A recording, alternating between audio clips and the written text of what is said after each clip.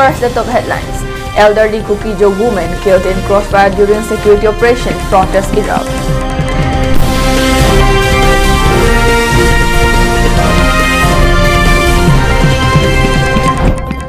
Kotu declares shutdown following killing of village chief's wives in Insurgent.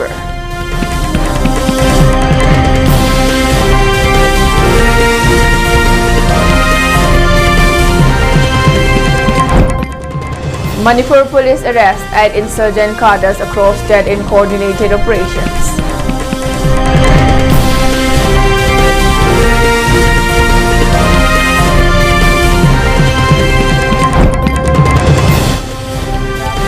Mortal remains returned to Kangpopi amid massive public tribute.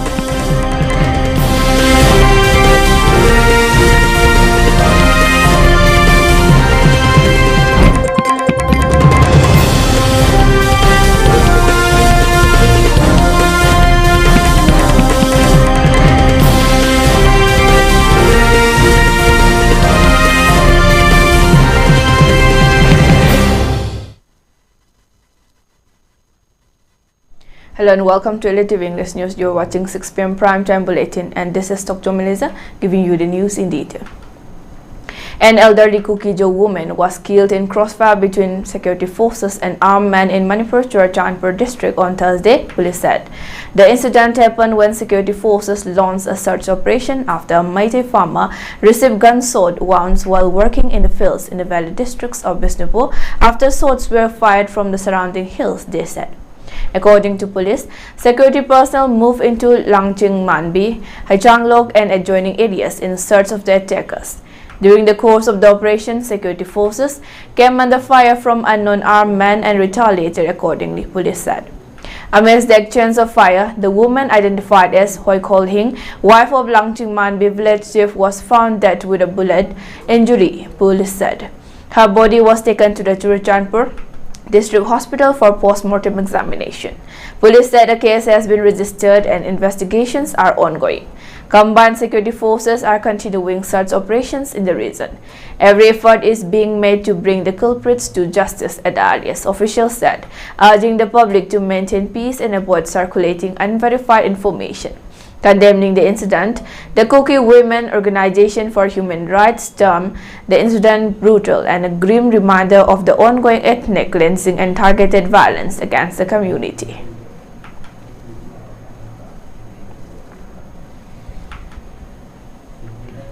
A village chief's wife was shot dead in Insurgent district on Thursday, triggering widespread condemnation from tribal organizations and a 2-day shutdown across the Sadar Hills region. Hoi Kol Hing, wife of the chief of Langching Manbi village, succumbed to her injuries after being shot in what the Committee on Tribal Unity described as a brutal and cold-blooded killing. The incident has escalated tensions in the already volatile region, with Kotu announcing a total shutdown from 1 p.m. Friday to 6 p.m. Saturday as a mark of protest and mourning. The incident happened when security forces launched a search operation after a Meitei farmer received gunshot wounds while working in the fields in the valley district of Bishnupur after shots were fired from the surrounding hills, they said. According to police, security personnel moved into Langching Manbi, Haichanglok and adjoining areas in search of the attackers. During the course of the operation, security forces came under fire from unknown armed men and retaliated accordingly, police said. Amidst the exchange of fire, the woman identified as Hoi Kol Hing, wife of Langching Man village chief, was found dead with a bullet injury, police said.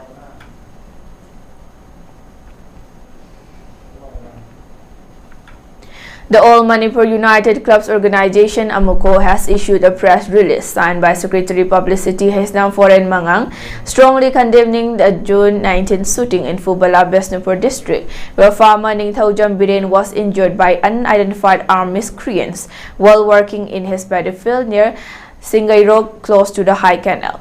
The organization demanded a thorough and impartial investigation, urging stringent legal action against the perpetrators if found guilty. AMUCO stressed that accountability must include any complicit or negligent security personnel to restore public trust. It called for swift action to ensure justice for the victim and prevent future incidents, warning that impunity will not be tolerated. The statement emphasized transparency and accountability as essential for maintaining peace and security in the region. Manipur's residents have voiced deep frustration with the Ministry of Home Affairs' handling of ongoing conflicts despite claims of restoring normalcy. Since President's rule was imposed on February 13, 2025, placing the state under the governor's control, the situation has worsened. Two incidents have intensified public discontent: the May 20 removal of Manipur from a state bus carrying a media team to the Siroi Lily Festival, seen as an affront to the state's identity, and the Fubala shooting, which raised doubts about security forces' effectiveness as attackers passed through multiple Central Security Force camps undetected. These events have fueled disillusionment with the government's ability to maintain law and order, reflecting broader governance failures and insensitivity towards Manipur's concern. Under President's rule, indigenous communities have expressed anxiety and anger, attributing the deterioration to the Indian government's policies. 4 months into the governor's administration, skepticism persists about peace-building efforts, with rising violence sparking fears that President's rule may be extended to maintain authority by exacerbating unrest. Amoko also questioned the effectiveness of Security Advisor Kuldeep Singh, appointed to address the crisis since May 4, 2023. Despite his tenure, ethnic conflicts have caused numerous fatalities, missing persons, and widespread violence, prompting calls for the governor and Singh to prioritize peace over power consolidation. The organization urged Manipur's people to unite to expose government and security force failures in addressing such violence. Amoko demanded justice for Ningthaujam Biren and called for collective action to highlight the state's plight. As tensions rise, decisive action to restore peace and security remains critical.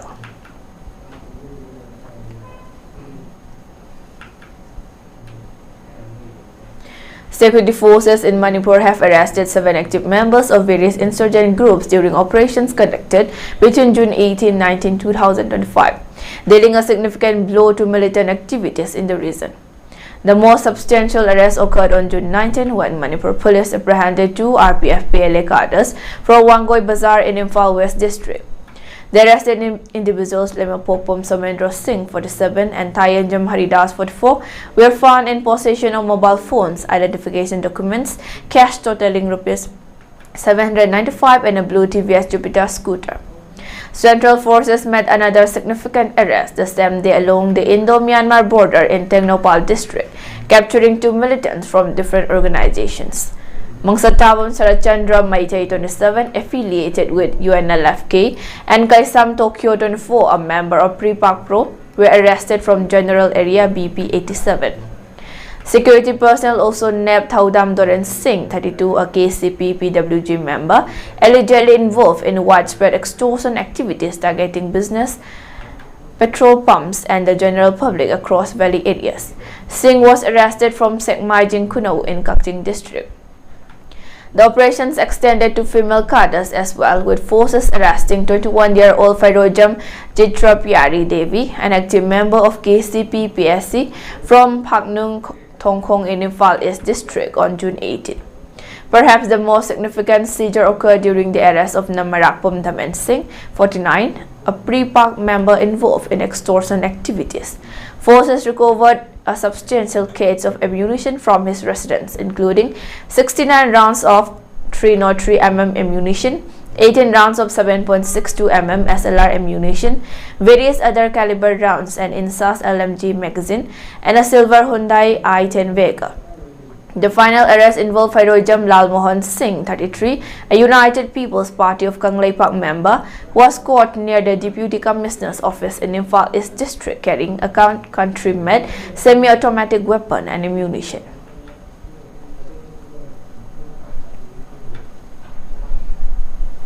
Now let's take a short break. Stay tuned for more updates. Ayang na taibang khongda jarakibasi kumjali sinamaga samapal humphudra 1970 Mas ki kunipal lamtagina kunmathoi nipan ba thang janamit ki ayuk pung mapanda ayang taibang phaurakki lol leijaba phije leijaba lining leijaba maitai phurupse amtadi ningkha tamna Lining Mikha Pondabasu Oirasi.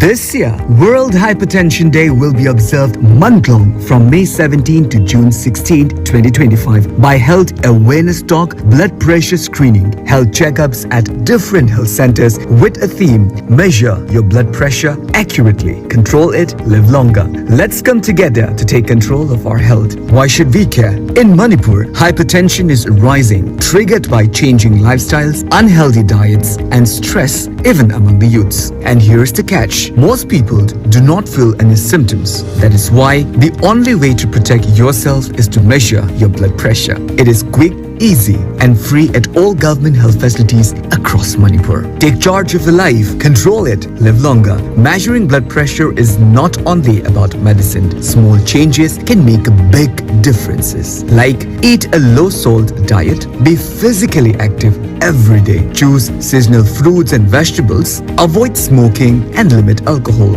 and take your medicines regularly if prescribed. Most importantly, monitor your blood pressure regularly. Do not wait for symptoms. Call to action: visit your nearest Ayushman Arogya Mandir, Primary Health Center or NCD clinic for a free blood pressure check today. Free hypertension drugs are also available at NCD clinics and AAM as per state hypertension treatment protocol.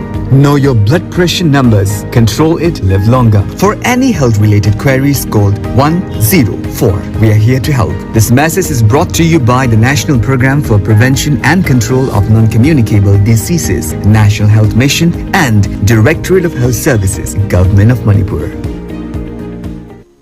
Sri Sri Gaurachandraya Namaha Purvashram da Ekhoi Khwagi Irakta Tinbiramba Laishram Prem Kumar Sinhana Mahaki Nuksijaraba Imung Manung Sagai Natai Marup Mapang Khwai Pumnamakku Thadoklamlaga Haukiba June 8 da Vrindavan Prapti Oikhre June 13 da Asti Sanchai Lokhacharaga Lakliba June Kunganithoi Ingagi Kunga Taret Nipanba Nongmaijing Numita Laikhidrabagi Shrada Din Thokle Upalaksa Sida Laikhidrabaga Tina Loina Biramba Ekhoina Disha Khangjahodraba Ahalaman Marup Mapang Khwai Pumnamakna Matam Chana Lengbirakuna Harinam Sarban Taubiranaba Paujenjari Thauram Pareng Ayuk Pung Mapan Bhe Katpa Nungthil Pung 12 Makhai Sankritan Hauba Paujenjariba Laishram Ongbi Ibe Chaubi Devi Sahadarmini Laishram Amir Kumar Singha Machanupa Laishram Gilbert Elias George Singha Machanupa Amadi Imung Manung Uripok Ningthau Khongjam Laikai Imphal.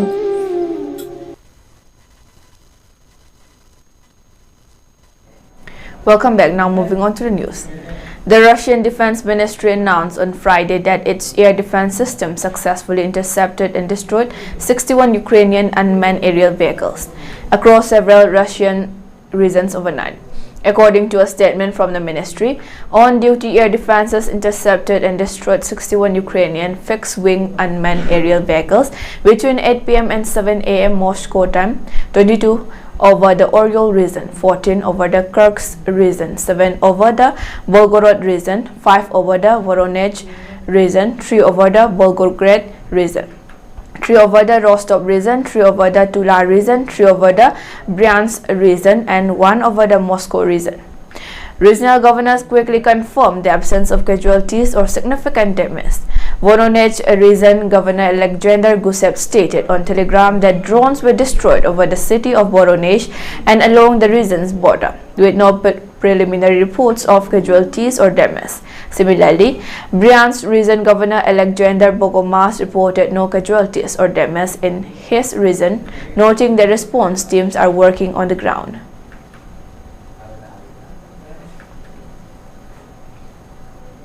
The Israel Defense Forces IDF announced today that it has destroyed over 35 missile storage and launch facilities in the Tiberias and Kermanshah areas of Iran. These attacks, conducted by more than 25 Israeli Air Force IAF fighter jets, took place on Friday morning. In a post on X, the IDF stated, "This morning the Air Force completed a wave of attacks against military targets of the Iranian regime in areas such as Kermanshah and Tiberias in Iran, with precise intelligence guidance from the intelligence branch. As part of the wave of attacks, more than 25 fighter jets attacked more than 35 missile storage and launch facilities in the Tiberias and Kermanshah areas of Iran." The IDF further reported that the IAF targeted several Iranian missile systems and radar installations in the Isfahan and Tehran areas, which were intended to target Israeli aircraft and disrupt their operations. The military asserted that this attack expands the IDF's freedom of aerial action in Iranian skies following the breakthrough to Tehran. Fighter jets and aircraft of the Air Force continue to operate freely in Iranian skies and attack military targets of the Iranian regime in western and central Iran. The IDF will continue to work to increase freedom of air operations in Iranian skies and to achieve high air superiority. Additionally, the IDF stated that more than 50 Israeli fighter jets attacked selected targets of Iran's nuclear weapons program and industrial sites for the production of missile components in Tehran overnight. In a separate development, the Israeli military highlighted that it had recently attacked 3 missile launchers ready for launch from Iran into Israeli territory, along with a military commander involved in their deployment. Earlier in the day, the IDF had already announced a series of overnight airstrikes in Tehran, targeting dozens of sites linked to Iran's missile and nuclear weapons programs. Key targets included military industrial facilities used for missile production and the headquarters of Iran's Organization of Defensive Innovation and Research, SPND.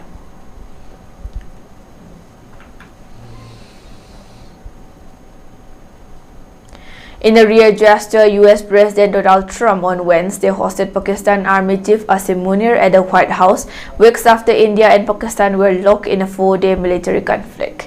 The closed-door luncheon meeting came amid escalating tensions between Israel and Iran, with Trump exploring Washington's possible involvement. Islamabad is known for its close ties with Tehran. Munir met President Trump over lunch at the White House, the Geo News reported. It was immediately not known what transpired in the meeting between Trump and Field Marshal Munir. It is rare for the U.S. president to host a lunch for an army chief of a foreign country. There have been presidents of Pakistan army chiefs, including Ayub Khan, Zia-ul-Haq, and Pervez Musharraf, receiving such invites, but they were holding the post of president as well. The U.S. president had cut short his trip to Canada's Kananaskis for the G7 Leaders Summit and returned to Washington Tuesday morning amid escalating tensions in the Middle East. Earlier, an official advisory said Trump would be hosting the Pakistan Army Chief for lunch in the cabinet room of the White House at 1 p.m. Interestingly, Trump, during a phone conversation with Prime Minister Narendra Modi, asked him if he could.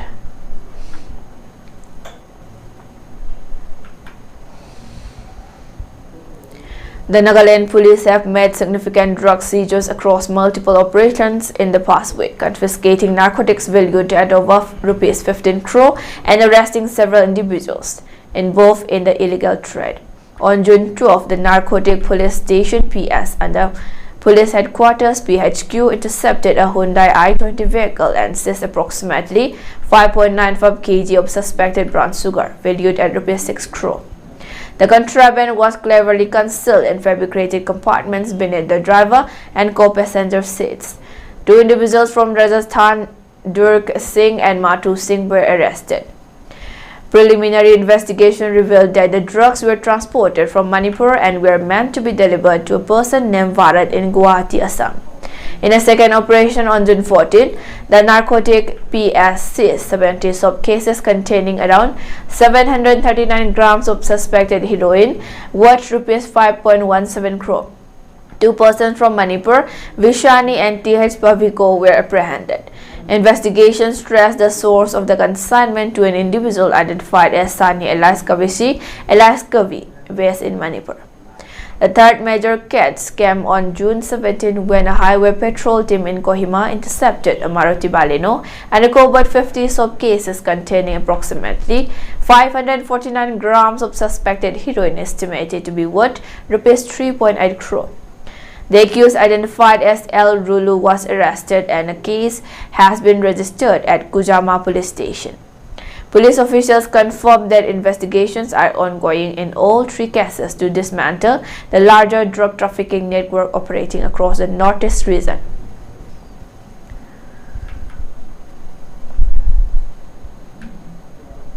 Northeastern Hill University has formally suspended Professor Nirmalendu Saha after he spent 41 hours in Central Bureau of Investigation custody. The institution's public relations officer announced today. The suspension follows university regulations that automatically trigger such action when faculty members remain in investigative custody beyond 2 days. Professor Saha, who holds dual roles as Dean of the School of Life Sciences and Professor of Zoology at the Shillong-based university, was arrested on June 12 during a CBI sting operation in Guwahati University guest house. He was caught accepting rupees 3.43 lakh in bribes while allegedly facilitating supply contracts potentially worth significantly more. The arrest came after the CBI received credible intelligence about systematic corruption in the award of supply contracts for scientific equipment and laboratory materials. Investigators found that Shah had been colluding with Pranjal Sharma, a businessman from Beltola, Guwahati, who owns a supply firm involved in manipulating the procurement process. CBI officials revealed that the accused private contractor worked in collusion with the Professor of Zoology and Dean of School of Life Sciences and unknown others to engage in corrupt practices. The scheme involved facilitating undue advantages for Saha in exchange for awarding supply orders for scientific equipment and laboratory items, as well as clearing related bills. The case was registered following a carefully planned trap operation that caught both men during the actual exchange of bribe money. Sharma, who was arrested alongside Saha, operates a supply business that had been securing contracts through the alleged corrupt arrangement. Following the arrest, both accused appeared before a competent court in Guwahati. The investigation has since expanded, with CBI teams conducting searches at multiple locations across the region. During raids at 2 premises, officials recovered incriminating documents that are expected to reveal the full scope of the corruption network. Searches continue at a 3rd location as investigators work to identify additional accomplices and determine the total value of contracts influenced through these corrupt practices. The university's decision to issue the suspension letter comes as part of standard protocol once the CBI communicated Saha's continued custody status. The investigation remains active as authorities continue gathering evidence to build their case against the accused and potentially identify other individuals involved in the alleged corruption scheme.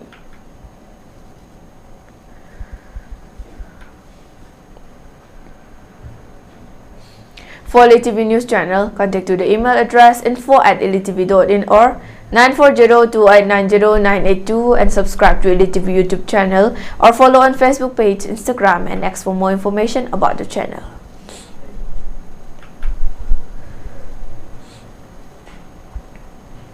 And before we wind up, let's take a look at the headlines once again. Elderly Cookie Joe woman killed in crossfire during security operation, protest erupt.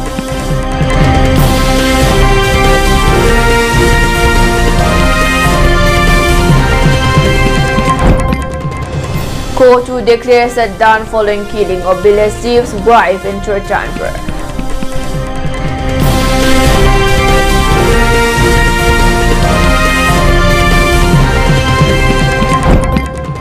Manipur police arrest at insurgent cadres across state in coordinated operations.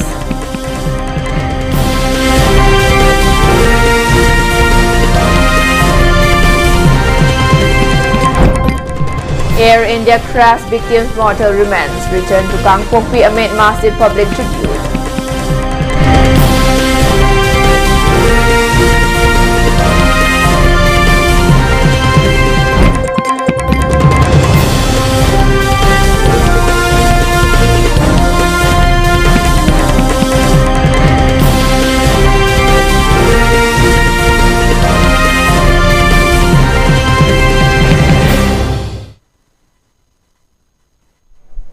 And that's all for today. Thank you for watching.